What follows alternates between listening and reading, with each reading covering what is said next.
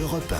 Le grand direct de la santé avec aujourd'hui le docteur Stéphane Kerger, Elisabeth Assayag, le docteur Richard Van der Vliet et le docteur Gérald Kierzek. Vous le dites bien. Le docteur Gérald Kierzek qui est avec nous. On va parler du pontage coronarien ce matin. On en a beaucoup entendu parler dans l'actualité ces derniers temps suite au quadruple pontage qu'a subi David Ginola. Alors de quoi s'agit-il exactement ? Eh bien on va tout vous dire. D'abord un pontage coronarien tout simplement. Docteur, qu'est-ce que c'est ? C'est un pontage, c'est un pont qui va être fait sur l'artère coronarienne. Alors, vous savez, on va faire un peu d'anatomie. Vous avez le cœur. Ce cœur, c'est un muscle qui se contracte de manière involontaire et qui se contracte 60 à 80 fois par minute. Et pour pouvoir se contracter, il faut qu'il soit oxygéné. Et pour être oxygéné, il y a des artères qui vont apporter du sang oxygéné. Ces artères s'appellent les artères coronaires. On a plusieurs artères coronaires, l'artère circonflexe, l'interventriculaire. Ce sont des artères qui vont venir sur la paroi cardiaque et ça fait un réseau qui va venir alimenter, oxygéner, comme tout muscle.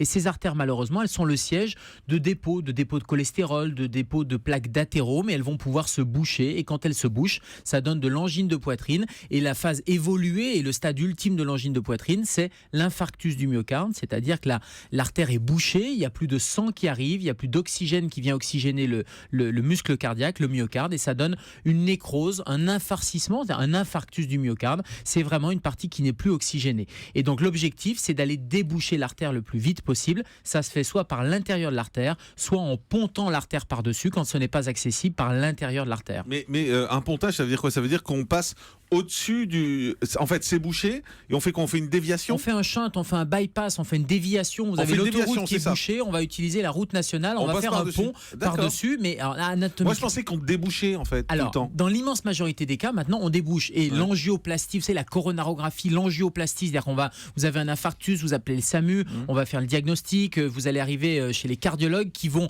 par une petite artère, soit du poignet, soit une artère fémorale, monter une sonde, vous voyez tout ce qui se passe, il n'y a pas d'anesthésie, et par l'intérieur, ils vont venir déboucher.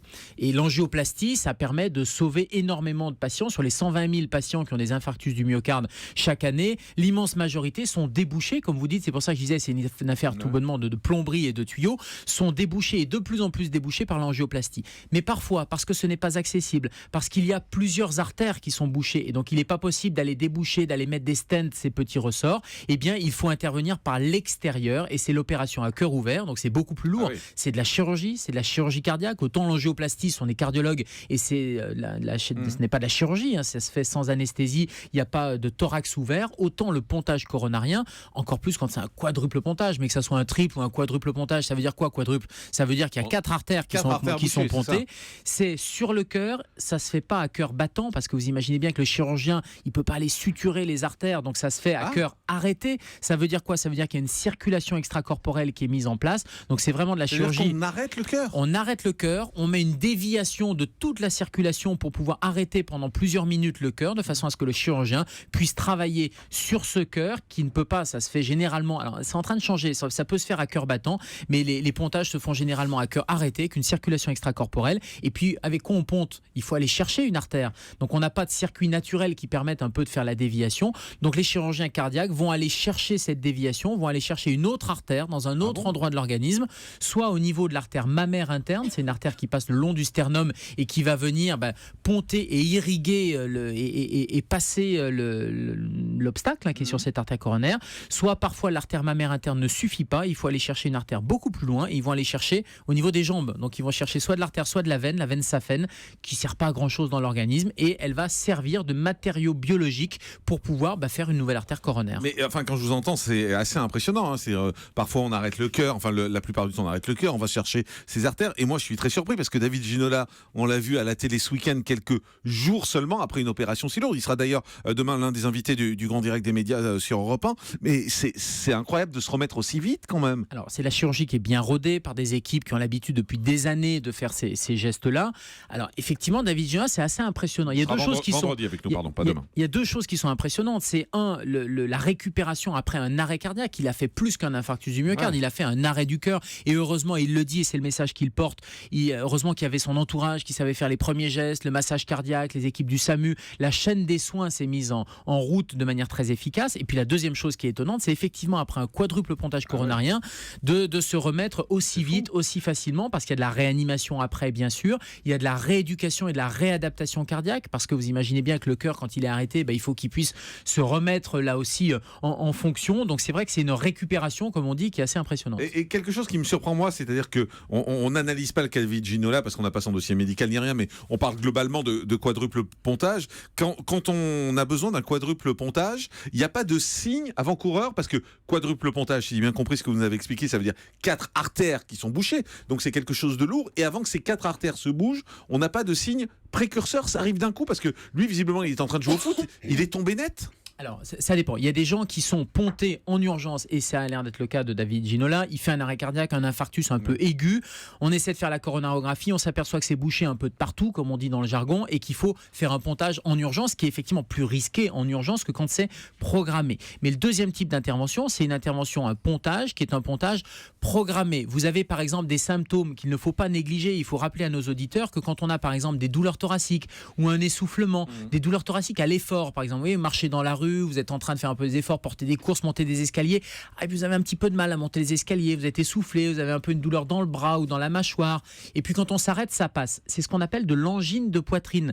C'est-à-dire que quand le cœur, on lui demande plus de travail, il demande plus d'oxygène, et l'oxygène ne peut pas être amené puisque l'artère commence à se boucher. Donc ça, ce sont des signes avant-coureurs qui nécessitent une consultation chez son médecin traitant.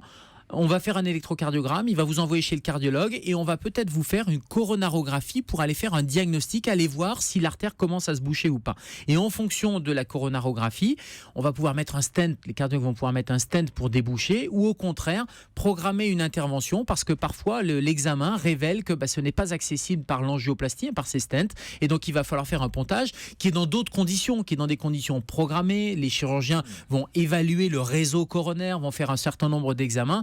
Et vous imaginez bien que c'est mieux de programmer l'intervention, et que c'est une intervention qui devient de routine, plutôt que de la faire un peu en catastrophe, en extrême urgence. Question basique, il y a combien d'artères qui arrivent au cœur ?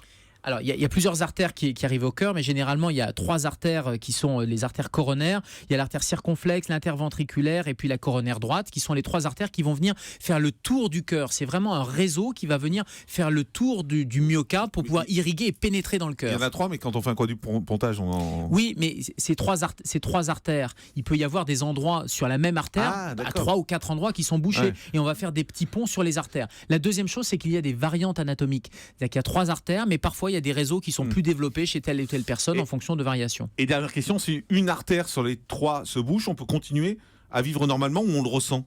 Alors, chaque artère va vasculariser et oxygéner une partie du muscle cardiaque. Donc, c'est un territoire en fait. Et donc, chaque artère a son territoire. Donc, si vous avez un territoire, une artère qui est bouchée, il y a un territoire qui va nécroser. Donc, il est souhaitable que cette artère soit débouchée. Donc, on peut avoir des symptômes. Ou si c'est uniquement une première artère qui se bouche, il y a des réseaux de suppléance qui permettent de contrebalancer et malheureusement de ne pas avoir de symptômes. Mais encore une fois, il ne faut vraiment pas négliger ces petits symptômes, ces essoufflements à l'effort. Et puis, quand votre médecin vous fait faire une épreuve d'effort, c'est l'objectif, c'est d'aller démasquer, alors vous n'avez pas de symptômes, d'aller démasquer une souffrance, une ischémie, comme on dit, c'est-à-dire une diminution de l'oxygène à l'effort, c'est-à-dire on provoque volontairement un effort cardiaque pour pouvoir démasquer cette souffrance.